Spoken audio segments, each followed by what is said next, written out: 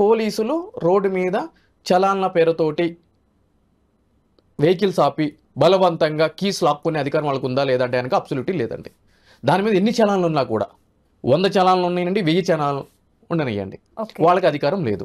ఏం చేయాలి అని అంటే కనుక వాళ్ళ బండిని సీజ్ చేయాలి అని అంటే కనుక క్లియర్గా centre motor vehicles rules 1989 rule 167 ఏం చెప్తుంది అని అంటే కనుక ఒకవేళ ఆ విధంగా ఎవరైనా సరే చలాన్లు ఉండి ఆ చలాన్లు కట్టలేకపోతే సంబంధించిన పోలీస్ అధికారులు ఆ వ్యక్తి యొక్క అడ్రస్కి నోటీస్ పంపించాలి.